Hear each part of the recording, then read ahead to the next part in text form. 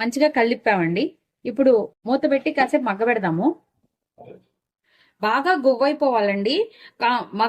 మధ్య మధ్యలో చూసుకుంటూ ఉండండి, ఎందుకంటే ఆయిల్ మీద ఉడకబెడతాం కాబట్టి కొంచెం ఆయిల్ మధ్య మధ్యలో చూసుకుంటూ గమనించుకుంటూ ఉండండి. అడుగంటే ఛాన్సెస్ ఎక్కువగా ఉంటాయి. అందుకని చాలా గువ్వలాగా అయిపోయిన తర్వాత తీసుకుందాం. అంతా ఇలా మగ్గిపోయింది కదా, మంచిగా గువ్వ అయిపోయిందండి. చెప్పా కదా, ఇంత గువ్వ అయ్యేటట్టు చేసుకోవాలండి బీట్రూట్. ఇప్పుడు మనం కారం వేసుకుందాం.